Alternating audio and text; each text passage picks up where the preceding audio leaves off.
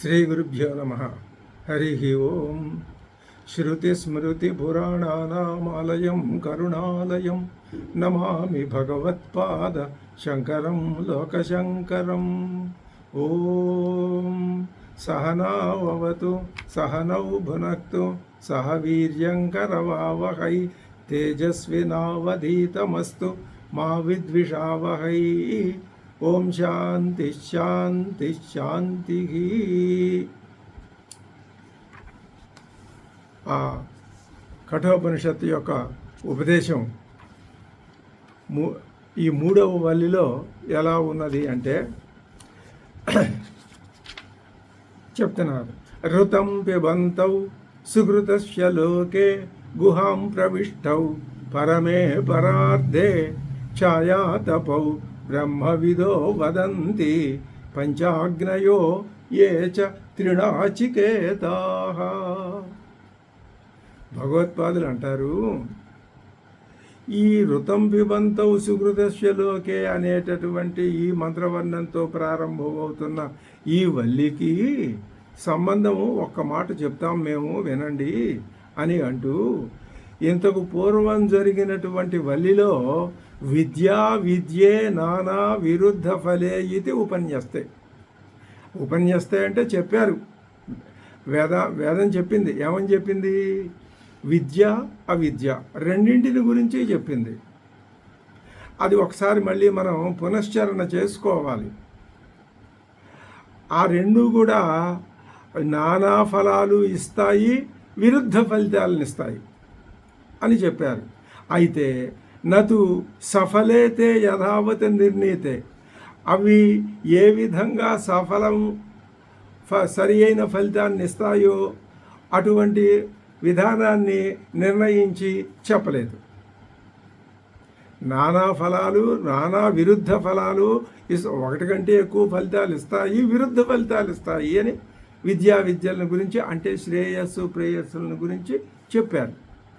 ఆ శ్రేయస్సు శ్రేయస్సు అంటే విద్య, ప్రేయస్సు అంటే అవిద్య. వాటిని గురించి చెప్పారు, కానీ వాటి ఫలితాల్ని సక్రమంగా వివరించి చెప్పలేదు. తన్నిర్ణయార్థ ఇప్పుడు ఈ వల్లి ప్రారంభమవుతోంది. అది కూడా ఎలా ప్రారంభమవుతోంది? రూపక కల్పన. రూపకాలంగా రథం అంటే ఈ సంసారాన్ని అంతటి ఒక రథంతో పోల్చి ఈ తర్వాత చెప్పబోతున్నారు వల్లిలో. తథాచ ప్రతిపత్తి సౌకర్యం. ప్రతిపత్తి అలా చెప్పినట్లయితే ఏమవుతుంది? తెలుసుకోవటం చాలా తేలికవుతుంది. ఏవంచ, ఈ విధంగా చెప్తేనే ప్రాప్తవ్య గంతవ్య వివేకార్థం.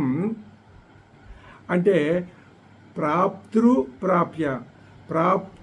అంటే పొందేవాడు, ప్రాప్యం పొందబడేది, పొందేవాడెవడు, పొందబడేదేది.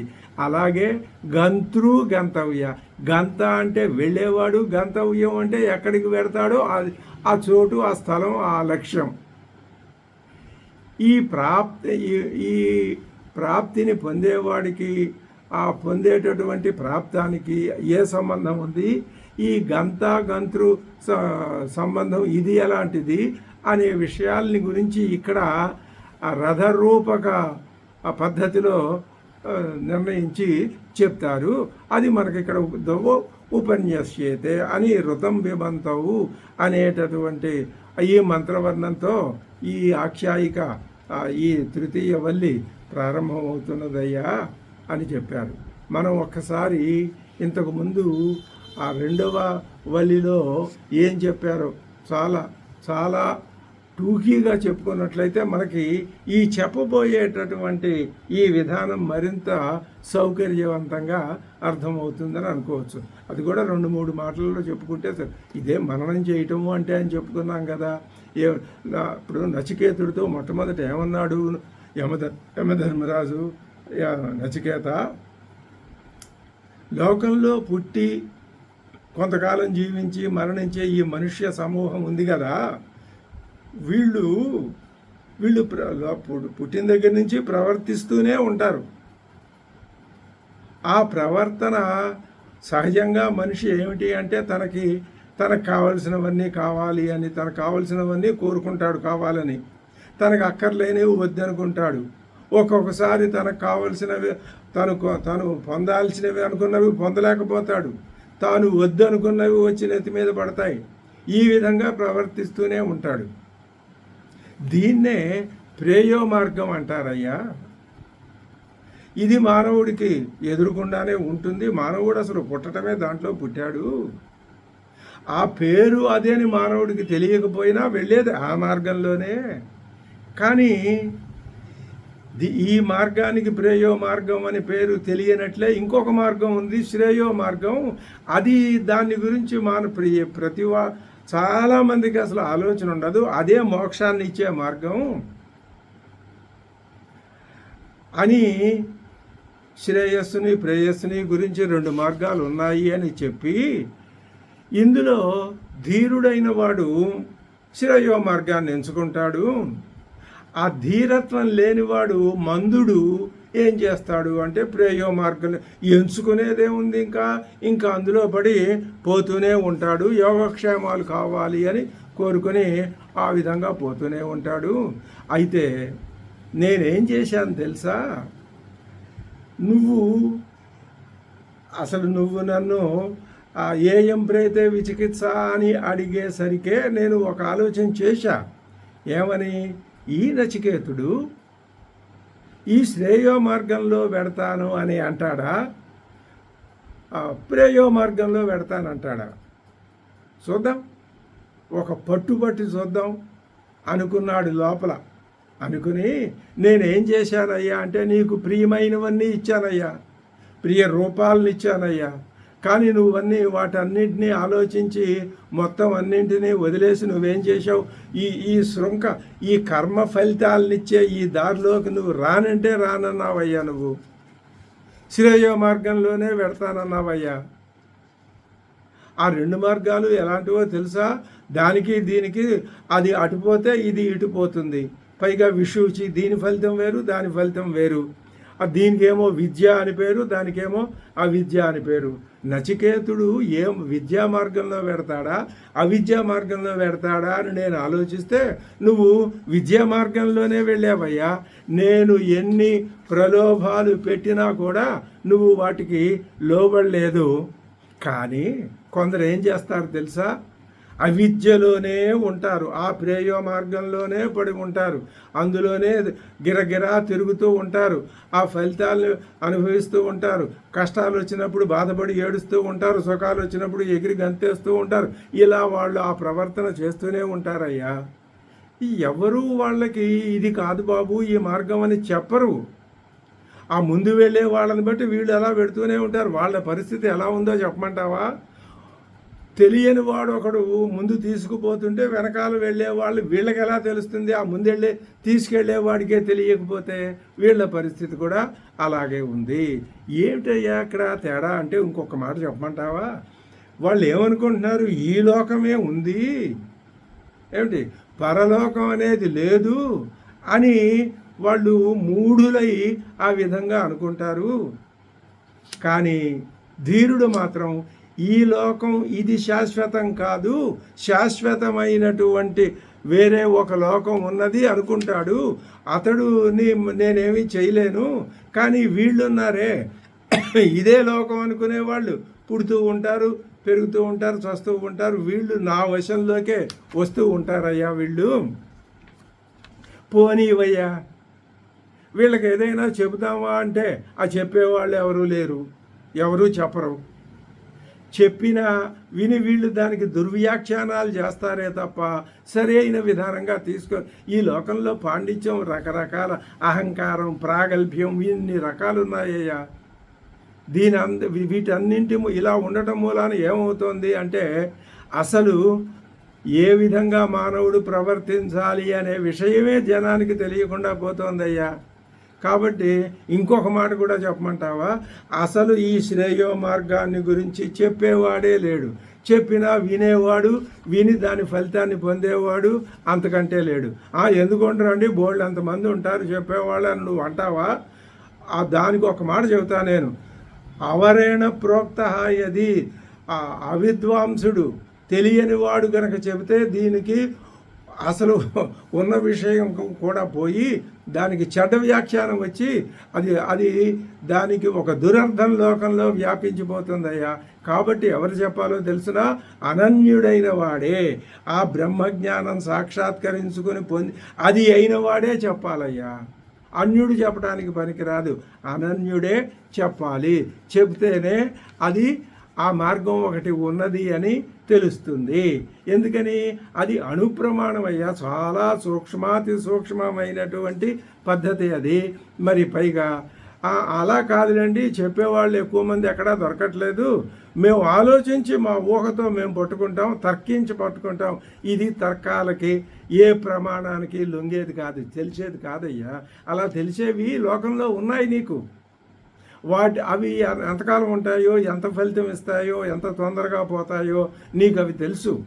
ఇది తర్కం ద్వారా పొందబడే విద్య కాదు, కేవలం శాస్త్రజ్ఞానం చేతనే పొందబడుతుంది తప్ప వేరే కాదు. పైగా ఇంకొకటి, చాలామంది ఏమనుకుంటారు, ఆత్మ అని మోక్షం అనే ఈ మాటలు ప్రతి ఒక్కడూ మాట్లాడుతూనే ఉంటాడయ్యా లోకంలో. ఇదేం విచిత్రమో కానీ ఏం చేస్తారు, ప్రతివాడు మోక్షం అంటాడు, ధర్మం అర్థం కామం మోక్షం అంటూనే ఉంటాడు. కానీ ఆ నిజమైన మోక్షం అంటే ఏమిటో తెలియదు, ఎవరికీ తెలియదు. మాకు ఇదే తెలుసును, ఇదే మంచిది, ఇదే గొప్పది అంటారే తప్ప అసలు విషయాన్ని తెలుసుకునే విషయం ఆ పద్ధతి వాళ్ళ దగ్గర ఉండదు. ఒకవేళ ఉంటుందని అనుకున్నా, లోకంలో మానవులంతా దేనికి అలవాటు పడిపోయారంటే వాళ్ళకి అధీనంలో ఉన్నవేవి అనిత్యమైన వస్తువులు. ఆ అనిత్యమైన వస్తువులు అనిత్యమైన పద్ధతులతో నిత్యమైన దాన్ని పొందాలి అనుకుంటారు. ఉదాహరణకి నన్ను తీసుకో, నేను కూడా ఈ నచికేతాగ్నిని 3 సార్లు నా జీవితంలో నేను చయనం చేశాను. దాని వలననే నాకు ఈ నిత్యమైన యమ ధర్మరాజ పదవి, అది ఆపేక్షకమైన నిత్యం అన్నారు శంకర భగవత్పాదులు అక్కడ. ఆ పదవి నాకు లభించింది. నువ్వు ఏం చేశావయ్యా? అటువంటి హిరణ్యగర్భ పదవి నాకు యమధర్మరాజు పదవి లభించిందనుకో, నువ్వు కూడా బాగా ప్రయత్నం చేస్తే నాకంటే అర్హత కలవాడివి కాబట్టి నీకు హిరణ్యగర్భ పదవి లభించేదేమో. అవి కూడా నువ్వు వదిలేశావు. నిన్ను ఈ విషయంలో నేను చాలా ప్రశంసిస్తాను.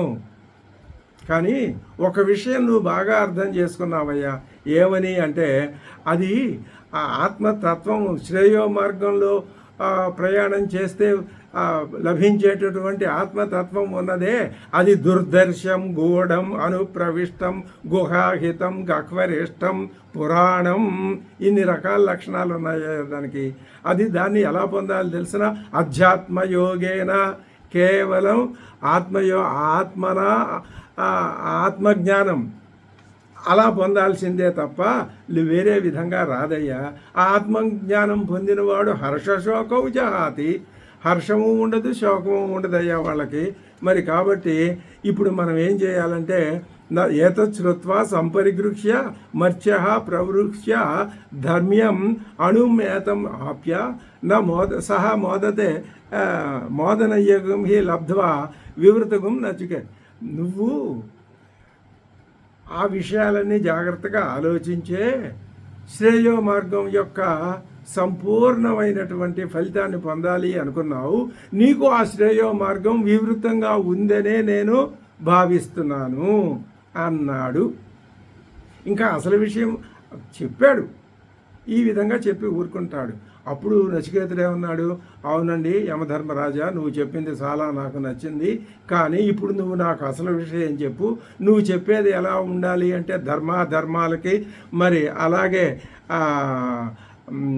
భూత భవిష్యత్ వర్తమానాలకి అతీతమైందిగా ఉండాలి. అటువంటి సత్యాన్ని నాకు చెప్పు అని అడిగాడు. అడిగితే అప్పుడు నిజమైనటువంటి ఉపదేశం ప్రారంభించాడు యమధర్మరాజు. ఏమంటున్నాడు, అన్ని వేదాలు ఏ పదాన్ని చెప్తున్నాయో, తర్వాత మరి అలాగే యదిచ్ఛంతో బ్రహ్మచర్యం చరంతి, ఎవరైతే ఆ పదవిని పొందటానికి, ఆ స్థానాన్ని పొందటానికి, ఆత్మజ్ఞానాన్ని పొందటానికి బ్రహ్మచర్య వ్రతాన్ని పాటిస్తారో దాన్ని నేను చెప్తాను. అది ఓమిచ్చేతతు, దానికే ఓంకారం అని పేరు, ఆ ఆత్మకే ఓంకారం అని పేరు. అది ఏతధ్యేవాక్షరం బ్రహ్మ, ఆ ఓంకారమే బ్రహ్మ. ఏతధ్యేవాక్షరం పరం, అదే పరమమైనది, ఇంకా దానికంటే మించిందేది లేదు. ఏతధ్యేవాక్షరం జ్ఞాత్వా, అది తెలుసుకుంటే ఎవరికి ఆ మోక్షం ప్రాప్తించాలో అది ప్రాప్తిస్తుంది వాళ్ళకి. ఇది చాలా శ్రేష్టమైనటువంటి ఆలంబనం, పరమమైన ఆలంబనం. దీన్ని గనక గ్రహించినట్లయితే బ్రహ్మలోకంలోనే అతడు శాశ్వతంగా ఉండిపోతాడు, అంటే స్వస్వరూప జ్ఞాన స్థితిలోనే ఉంటాడు. నేను దాని గురించి ఒక మాట, ఆ స్వరూపాన్ని గురించి, అది నా జాయతే, పుట్టేది కాదు, నా మ్రియతే, అది పోయేది కాదు, అది విపశ్యతు, అంటే ధీశక్తి కలది, జ్ఞానమే అది. అటువంటి అది ఎక్కడి నుంచి పుట్టుకురాలేదు, ఎవరి వలన కూడా పుట్టలేదు. అజో నిత్య శాశ్వతోయం పురాణ, అది ఆత్మతత్వం. అజః నిత్య శాశ్వత పురాణ, అదే ఆత్మతత్వం. అది ఎక్కడుందండి అంటావా, ఈ శరీరంలోనే ఉంది. మరి శరీరం పోతుంది కదండి, శరీరం పోయినా అది ఎప్పుడూ శాశ్వతంగా ఉంటూనే ఉంటుంది. ఇంకొక మాట, ఈ శరీరం ఉంటుందా పోతుందా, ఇది చంపేవాడు వచ్చి నేను చంపుతున్నానని, చంపబడేవాడు నేను చంపబడుతున్నా, ఇవన్నీ కాదయ్యా. దానికి ఎప్పుడు అసలు ఈ చంపబడటాలు మరణాలు అన్నవి ఆ జ్ఞానానికి సంబంధం లేదు. అది ఎలాంటిదో తెలుసా, అణోరణీయాన్ మహతో మహీయాన్ ఆత్మస్య జంతోర్నిహితో గుహాయాం. యమధర్మరాజు ఆత్మజ్ఞానాన్ని గురించి చెప్తున్నాడు. తమక్రతు పశ్యతి వీతశోక, ధాతు, అది తెలుసుకోవాలి అంటే ధాతు ప్రసాదం, ఇంద్రియములన్నీ ప్రశాంత స్థితిని కనుక పొందినట్లయితే నీకు ఆ అనుభూతి కలుగుతుందయ్యా, లేకపోతే కలగదు మరి అని చెప్పి ఆ బ్రహ్మ లక్షణాలనే మరింత వివరించి, అది తెలియని వాడికి ఇక్కడే ఉన్నట్టుంటుంది, అక్కడ దూరంగానే ఉన్నట్టుంటుంది, ఇక్కడ ఉందా అక్కడుందా ఎక్కడుందో తెలియక కంగారు పడుతూ ఉంటాడయ్యా. అది ఎవరికి తెలుస్తుంది అంటావా, ఆత్మ స్వస్వరూప జ్ఞానం కావాలి అనేటటువంటి ఆ నిష్ఠ ఎవరికైతే ఉందో అతడికే తెలుస్తుంది తప్ప సామాన్యులకి, ఆ దృక్పథం లేని వాళ్ళకి తెలియదయ్యా, ఆ తెలిసే అవకాశమే లేదు. ఇంకొక మాట చెప్తాను విను, ఈ శరీరం ఇది అశాశ్వతం, కానీ అనవస్థితం, ఇది నిత్యం కాదు. సర్వత్రా నిత్యమైన వస్తువు వ్యాపించి ఉన్నది, అది ఇందులోనూ ఉన్నది, అంతటా ఉన్నది. అది అనిత్యమైన నా శరీరంలో నేను నిత్యుడనై ఉన్నాను అని మత్వా ధీర నశోచతి. అదే మొత్తం ఈ కఠోపనిషత్తు మొత్తానికి సారాంశభూతమైనటువంటి మాట అది. అశాశ్వతమైన ఈ శరీరంలో, ఈ శరీరం నేను కాదు, శాశ్వతుడునైన నేను ఉన్నాను అని అనుకోవటమే ఆత్మజ్ఞానం యొక్క పద్ధతి, లక్షణం. ఇదేదో అనేక వేదాలు పట్టేస్తాను, మరి లేకపోతే అనేక శ్రవణం చేస్తాను, ఇలాంటి వాటి వల్ల నీకు ఈ ఆత్మజ్ఞానం రాదయ్యా. ఇంకొకటి, దుశ్చరిత ఉన్నా కూడా ఈ ఆత్మజ్ఞానం రాదు. ఆ ఇంద్రియాలన్నింటినీ ఎవరైతే వశంలో పెట్టుకుంటాడో అతడికే ఈ ఆత్మజ్ఞానం అలవాటు పడుతుంది అని చెప్పారు. ఇది రెండవ వల్లి యొక్క సారాంశం మనం సంక్షిప్తంగా చెప్పుకున్నాం. ఈ మాటలే చెప్పి ఏమంటున్నారు ఇప్పుడు, నతు సఫలేతే యథావత్, కానీ ఫలములతో సహా వాటిని ఉన్నవి ఉన్నట్లుగా నిరూపించలేదు ఇంతవరకు. ఇప్పుడు రూపక కల్పంతో చెప్తారు అని చెప్తున్నారు. దాంట్లో మొట్టమొదటి శ్లోకం ఎలా ఉంది అంటే, ఋతం పిబంతౌ సుహృతస్య లోకే గుహాం ప్రవిష్టౌ పరమే పరార్ధే ఛాయాతపౌ బ్రహ్మవిదో వదంతి పంచాగ్నయో ఏ చ త్రినాచికేదాః. నీకు ఇంతకుముందు ఒక మాట చెప్పాను నేను, ఈ శరీరం అస్థిరం, అనవస్థితం, దీంట్లో అవస్థితమైనది ఒకటి ఉంది అని. అప్పుడు నీకు అనుమానం వచ్చి ఉండాలి. ఏమని అనుమానం వస్తుంది నీకు అంటే సామాన్యులుగా మానవులందరికీ? ఏమండి ఇప్పుడు ఈ శరీరంలో నేనున్నాను, మీరేమో ఇంకో ఏదో అవస్థితమైంది, మరి అశరీరమైంది ఉంది అంటున్నారు. ఈ శరీరంలో రెండు ఉన్నాయా అండి? రెండు ఉన్నట్టుగా ఎక్కడ నాకు అనుభవంలోకి రావట్లేదే.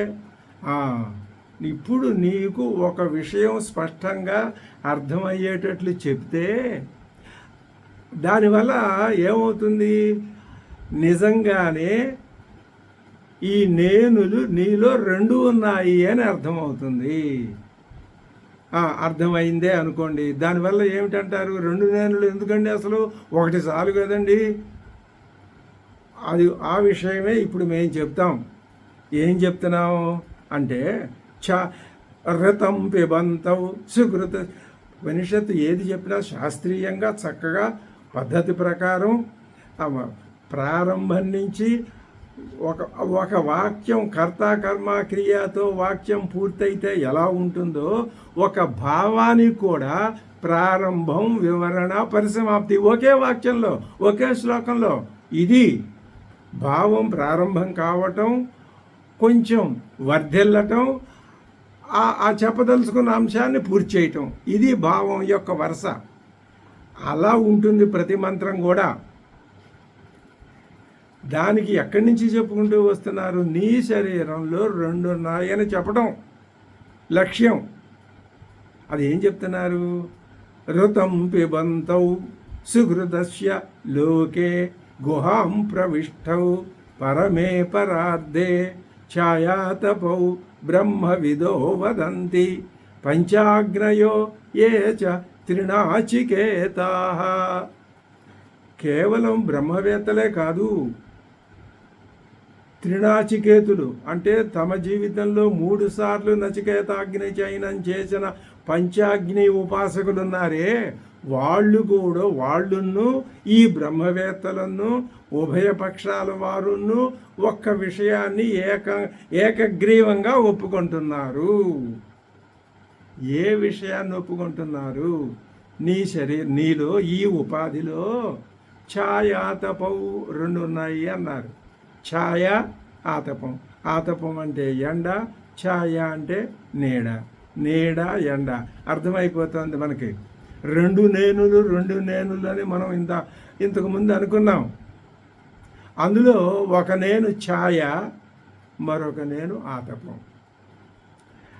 రెండు నేనులు ఇప్పుడు అవునండి, మీరు చెప్పింది ఒక రకంగా సబబుగానే ఉంది. నాకు కూడా అప్పుడప్పుడు అన్నింటినీ చూస్తూ ఉన్న నేను అనేది ఒకటి అనుభవంలోకి వస్తుందండి. అదే ఆతపం అంటే.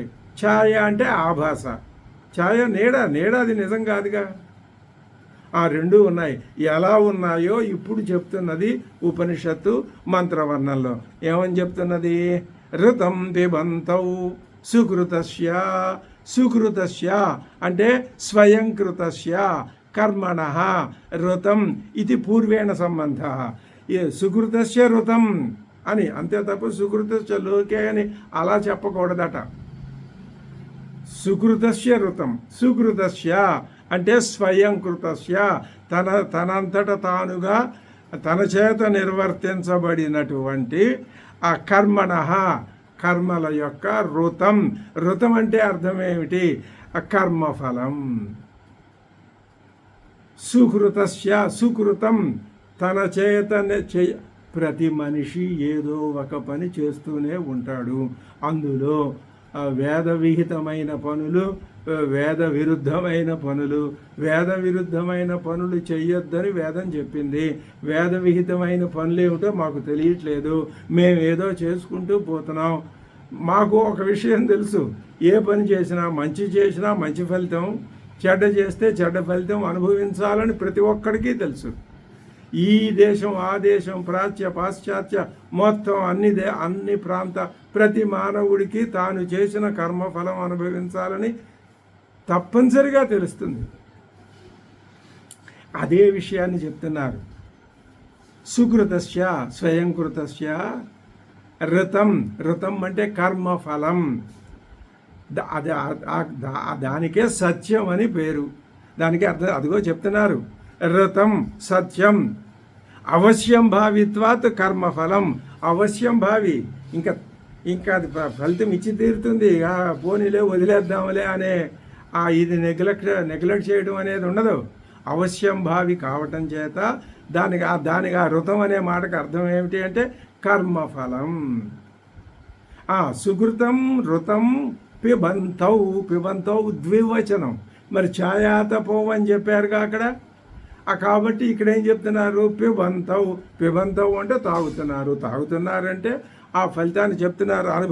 భుంక్తే, పిబంతౌ అంటే భుంక్తే అనుభవిస్తున్నారు. నా ఇతరః పిబంతి ఏకః తత్ర కర్మఫలం పిబతి. ఒకడు తన కర్మల యొక్క ఫలితాన్ని పిబతి, ఇతరః తథాపి పాతృ సంబంధాత్ పిబంతౌ ఇది ఉచ్యతే. నా ఇతరః, ఇప్పుడు ఛాయ ఆతపం రెండు ఉన్నాయన్నాం. ఇంకా స్పష్టంగా చెప్పుకుంటే నేననేది జీవుడు, ఇంకొక నేననేది నువ్వు జాగ్రత్తగా చూసుకోగలిగితే కేనోపనిషత్తు చెప్పిన విధంగా అక్కడ ఏం చెప్పింది అది కనుక నువ్వు దృష్టిలో పెట్టుకొని చూసి తెలుసుకుని అర్థం చేసుకున్నట్లయితే ఆ వెనక ఉండి తాను చేస్తూ రూపం ప్రతిరూపం అని చెప్పుకున్నాను చూసావా. అక్కడ ఆ విధమైనటువంటి మంత్రవర్ణంలో అక్కడ ఏం చెప్పాము? ప్రతి పనిని ప్రతి ఆలోచనని నువ్వు వెనక ఉండి గమనిస్తూ ఉండు అని చెప్పారే. ఆ పద్ధతి ప్రకారంగా అన్నింటినీ గమనించే నేను ఒకటి ఉన్నది. ఆ గమనించే నేను అనుభవించదు. ఈ చేస్తున్నాను నేను అనే నేనే అనుభవిస్తుంది. అదిగో ఆ మాటే చెప్తున్నారు. ఏకః తత్ర పిబంతౌ అని ద్వివచనం చెప్పారుగా. అక్కడ ఏకః ఒకడు, తత్ర కర్మఫలం పిబతి భుంక్తే, తాను చేసిన కర్మఫలాలు అనుభవిస్తూ ఉంటాడు. నా ఈ తరహా రెండవ వాడు అనుభవించడు. తథాపి మరి ఇక్కడ ఏం చెప్పిందంటే ఋతం పిబంతౌ అని ఇద్దరూ తాగుతున్నారు, ఇద్దరూ అనుభవిస్తున్నారని చెప్పి అదే వచ్చింది. ఇప్పుడు తాను చేసిన దాన్ని ఇంకొకటి నెత్తికి పుయ్యటమే ఈ జీవుడి యొక్క లక్షణం. ఇది బాగా ప్రతి మనిషికి అది ఆ రంగంలోనే కాదు, మిగతా అన్ని రంగాల్లోనూ ఇది బాగా ఈ లక్షణం మానవుల్లో వ్యాపించింది. అలా చేసి తాను చేసిన ఫలితాన్ని ఇతరుల నెత్తి మీద పడేసి ఆహా నేనే కదా ఈ పని చేశానని ఆనందిస్తూ ఉంటాడు. అలాంటి వాడికి అసలు ఆత్మజ్ఞానం అంటే ఏమిటో తెలియదు, అది తెలుసుకునే అవకాశమే రాదు. మరి ఎందుకండి అలా చెప్పారు అంటావా? పాతృ సంబంధాతు పిబంతౌ ఇది ఉచ్యతే క్షత్రిన్యాయేన. ఒక న్యాయం చెప్తున్నారు భగవత్పాదులు. 10 మంది వెడుతున్నారు, అందులో 2 3 గొడుగులు వేసుకున్నారు. కొంతమందే గొడుగులు వేసుకున్నారు, మిగతా వాళ్ళు గొడుగులు వేసుకోలేదు, అందరూ కలిసిపోతున్నారు. ఈ చూసేవాడు ఏమన్నాడు? అదిగో చూసావా ఆ గొడుగులు వేసుకుని వెళ్ళేవాళ్ళు ఎక్కడికి వెళ్తున్నారు అంటావు అని అడిగాడు. ఈ పక్కన ఇంకొకడిని, గొడుగులు వేసుకుని వెళ్ళేవాళ్ళు అంటావేంటి? అందరూ గొడుగులు వేసుకుని అలాగే అంటారయ్యా. ఒకడు గొడుగు వేసుకున్నా మిగతా 4 గొడుగులు వేసుకోకపోయినా అందరు గొడుగు వేసుకుని వెడుతున్న వాళ్ళు అనే అంటారు లోకం. అది అంటే తన తన తన కర్మఫలాన్ని తాను చేసిన దాన్ని ఇతరులకి ఆపాదించటం, అలాంటి లక్షణం ఉంది. అది క్షత్రియ న్యాయేన. ఆ తన యొక్క ఆ కర్మఫలాన్ని పిబంతౌ అనుభవిస్తున్నారు. ఎక్కడున్నారండి వీళ్ళు? ఇప్పుడు చూడు, ఋతం పిబంతౌ సుకృతస్య, అనుభవిస్తూ ఉన్నారు ఇద్దరు. ఎక్కడున్నారు? లోకే. లోకే అంటే అర్థం చెప్తున్నారు, అస్మిన్ శరీరే, ఈ శరీరంలోనే ఇద్దరు ఉన్నారు. ఇది మనకి అనుభవపూర్వకంగా కూడా ఇప్పుడు తెలిసింది కదా, అర్థమైంది కదా, తెలుసుకున్నాం కదా. ఏమని తెలుసుకున్నాం? ఆ నేను అన్నా మనకు అర్థమవుతుంది, ఈ నేను అన్నా కొద్ది కొద్దిగా అర్థమవుతుంది. సరే, లోకే అస్మిన్ శరీరే గుహాం ప్రవిష్టౌ, గుహాయాం, గుహలో ఉన్నారు వీళ్ళు. ఈ శరీరంలో గుహ ఏమిటండి? కొండల్లో ఉంటాయి కానీ గుహలో శరీరంలో ఉంటాయా? ఉంటాయి, ఉంది. దాన్నే బుద్ధవు, బుద్ధి అనేదే గుహ అంటే.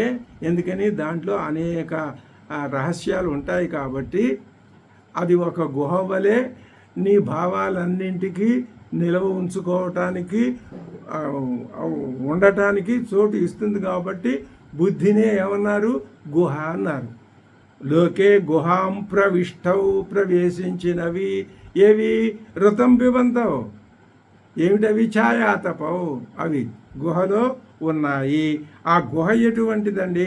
పరమే పరార్థే, అది గుహ. పరమే అంటే అర్థం చెప్తున్నారు, బాహ్య పురుషాకాశ సంస్థానాపేక్షయా పరమం. గుహ అన్నారు, అదేనా పరమమైన గుహ అండి? పరమమైందా అండి? అవును, ఇది పరమమైంది. మామూలుగా నీకు లోకంలో కనిపించే బయట కళ్ళు పెట్టి చూస్తే కనిపించే ఆకాశమేమో పరం కానిది. అది ఏమని చెప్తున్నారు? బాహ్య పురుష ఆకాశ సంస్థాన అపేక్షయ, దాంతో పోల్చి చూస్తే ఈ బుద్ధిలో ఉన్నటువంటి ఈ గుహ ఇది పరమమైనది. అంటే దీనికంటే మించినటువంటి ఆకాశం లేదు. ఇదే పరమాకాశం. ఇది బుద్ధిలో ఉన్నదే పరమమైన ఆకాశం. అటువంటి పరమే పరమమైన, పరస్య బ్రహ్మణ. ఇంకొక అర్థం కూడా, పరస్య బ్రహ్మణ అర్థం స్థానం పరార్థం. పరమే పరార్థే, పరమమైనది అదే, పరార్థమైనది అదే. ఏది? గుహ. గుహ అంటే బుద్ధి. ఆ గుహలో ఏమున్నాయండి? రెండు. ఏమిటవి? ఛాయా తపవు. పరార్థే అంటే అర్థం ఏమిటండి? పరా, ఇతరులకి కొరకు ఉన్నదే పరార్థం. పర అంటే అది బ్రహ్మస్థానం అయ్యా. మరి ఈ మొదటిదండి ఇది జీవుడి స్థానం. అంటే మన ఈ శరీరంలోనే, ఈ బొందిలోనే జీవుడికో చోటు ఉంది, పరమాత్మకో చోటు ఉంది. పరమాత్మ అంతటా ఉన్నాడు కదా, కాబట్టి పరమాత్మకి చోటు ఉన్నది. అది తెలుసుకొని ఈ జీవాత్మ అనేది ఈ చోటు ఇది పనికిరాదు, అసలు జీవాత్మ ఆభాస, ఇది ఛాయ. ఆ పరమాత్మ, ఆ ప్రత్యేగాత్మే, ఆ పరమాత్మే సత్యము, దీని స్వరూపము, ఈ ప్రకృతికే స్వరూపము అని నువ్వు తెలుసుకుంటే అదే ఆతపం. ఇంతే. ఇంతకంటే ఎంత చెప్పినా, ఎన్ని ఉపనిషత్తులు చెప్పినా ఇదే పరమార్థం. అయితే ఎందుకండి ఇన్నిసార్లు కాదు, 100 సార్లు విన్నా, ఇంకా 1000 సార్లు వినాలి. 1000 సార్లు వినా, చచ్చేదాకా వింటూ ఉండాలి. అదే ఉపనిషత్తు యొక్క పరమార్థం. వినేశానండి, నాకు వచ్చేసిందండి, రాదు. అలా వచ్చేది కాదు. ఇది సామాన్య విద్య కాదు. అలా వచ్చేవి లౌకిక విద్యలు. ఇది అలాంటిది కాదు. తస్మిన్ హి పరం బ్రహ్మ ఉపలభ్యతే. నీకు బ్రహ్మ ఎక్కడ కనపడతాడు చెప్పమంటావా? నీ బుద్ధి గుహలోనే కనపడతాడు. జీవుడు ఎక్కడ కనపడతాడు చెప్పమంటావా? నీ బుద్ధి గుహలోనే. మళ్ళీ ఇలా తికమక పెడతారు ఏమిటండి మీరు? అవునయ్యా, నువ్వు నిర్ణయం చేసుకోవాలి. ఎంత స్పష్టంగా అర్థమయ్యేటట్టు చెప్తున్నావు, అయినా అర్థం కావట్లేదా నీకు? అక్కడ బ్రహ్మ ఉపలభ్యతే కాబట్టి పరార్థే, అది పరమమైంది కాబట్టి పరమే. అద్భుతం. పరమే పరార్థే గుహాం ప్రవిష్టవు. ఎవరు? ఈ ఛాయాతపవు. ఎలాగా? ఏం చేస్తూ ఉన్నారు? వాళ్ళ పని ఏమిటి? వాళ్ళ కార్యక్రమం ఏమిటి? సుకృతస్య ఋతం పిబంతవు. తాగుతూ కూర్చోవటమే వాళ్ళ పని. తాగటం ఏమిటండి? అనుభవించటం అయ్యా. పిబంతవు అంటే అర్థం ఏం చెప్పారు ఇందాక? భుంక్తే అని చెప్పారుగా, అనుభవిస్తున్నారని చెప్పారుగా. ఇద్దరు అనుభవిస్తున్నారా అండి? అబ్బే, ఆ ప్రత్యేగాత్మక ఆయనకేం పని? ఇగో ఈ జీవుడికే.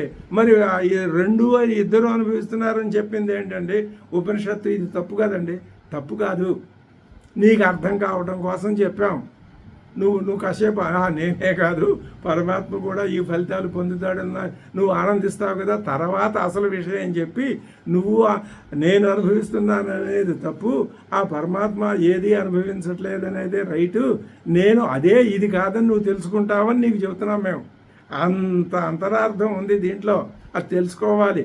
అదే ఉపనిషన్నామ రహస్య విజ్ఞానం అని పెద్దలు భగవత్పాదులు స్వామివారు చెప్పిన మాట అది. సరే, పరమే పరార్థే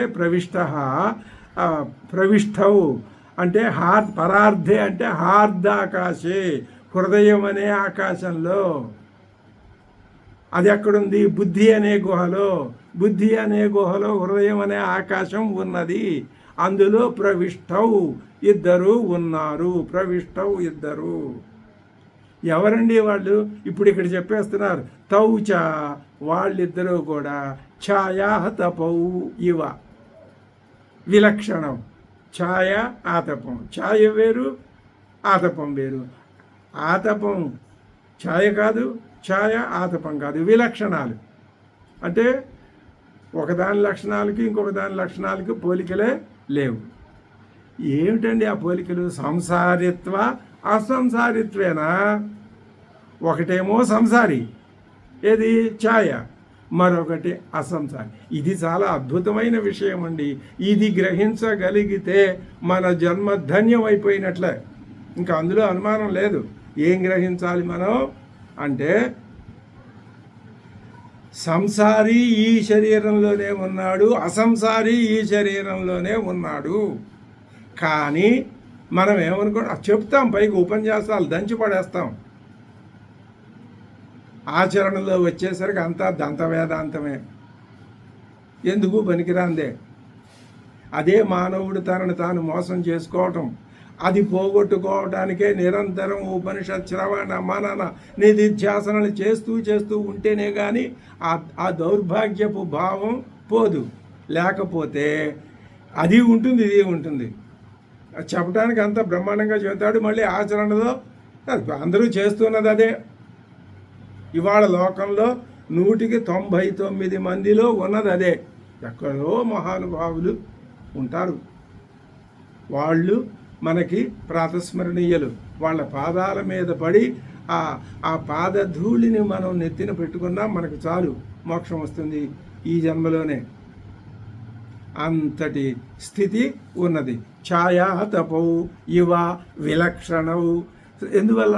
సంసారిత్వ అసంసారిత్వేనా అని ఎవరు చెప్తున్నారండి? బ్రహ్మవిదో వదంతి. బ్రహ్మవేత్తలు ఈ మాట. ఎవరో అల్లాటప్ప సామాన్యంగా దారిపోయేవాళ్ళు చెబితే ఎవరు నమ్ముతారు? అనుభవించిన వాడు చెబితేనే చెప్తారు. అనన్య ప్రోక్తే గతిరత్ర నాస్తి, దాని అర్థం ఇదే అని బ్రహ్మవేత్తలు చెప్తున్నారు. నా కేవలం అకర్మిణ. బ్రహ్మవేత్తలు అకర్ములు కాదండి, వాళ్ళు చెబితే మేము నమ్మం. ఇది ఉంది లోకంలో. బ్రహ్మవేత్తల మీద, ఆ అద్వైతవేత్తల మీద కొన్ని ఆరోపణలు, కొన్ని విమర్శలు మనకు వినిపిస్తూ ఉంటాయి. అద్వైతి అన్నింటినీ సమన్వయం చేసుకొని పోతాడు. అకర్ములే కాదు, కర్మిణ అపి వదంతి. ఉపనిషత్తు ఉదాహరణ చూపిస్తున్నది. ఎవరిని? మరి దీనికి భగవత్పాదులు చెప్పలేదు, మరి ఎక్కడైనా ఎవరైనా పెద్దలు చెప్పారేమో, చెప్తారేమో. మనం ఈ విషయం ఎక్కడ ఏ నచికేతాగ్నులు ఈ మాట చెప్పారు అన్నది మనం తెలుసుకోవాల్సి ఉంటుంది. పంచాగ్నయో గృహస్థా ఏ చ త్రినాచికేతా. త్రినాచికేతా అంటే ఎవరండి? ఎవరా? త్రికృత్వ నాచికేత అగ్ని చిత యై. ఎవరి చేత అయితే 3 సార్లు నచికేతాగ్ని చేయనం చేయబడిందో వాళ్ళు త్రినాచికేతులు. అంతేకాదు, వాళ్ళే పంచాగ్నయ. పంచాగ్నులు. తమ యొక్క గృహస్థాశ్రమంలో పంచాగ్నుల్ని ఉపాసన చేసేవాళ్ళు పంచాగ్నులు. ఆ పంచాగ్నులైనటువంటి త్రినాచికేతులు కూడా వాళ్ళు కర్మిష్ఠులు, ఈ బ్రహ్మవేత్తలు అకర్మిష్ఠులు. వీళ్ళు చెప్తున్నారు, వాళ్ళు చెప్తున్నారు. ఏమని చెప్తున్నారు? అదిగో అదే ఏమని, ఋతం పిబంతౌ సుకృతస్య లోకే గుహాం ప్రవిష్టౌ పరమే పరార్ధే ఛాయాతపౌ బ్రహ్మవిదో వదంతి పంచాగ్నయో ఏ చ త్రినాచికేతా.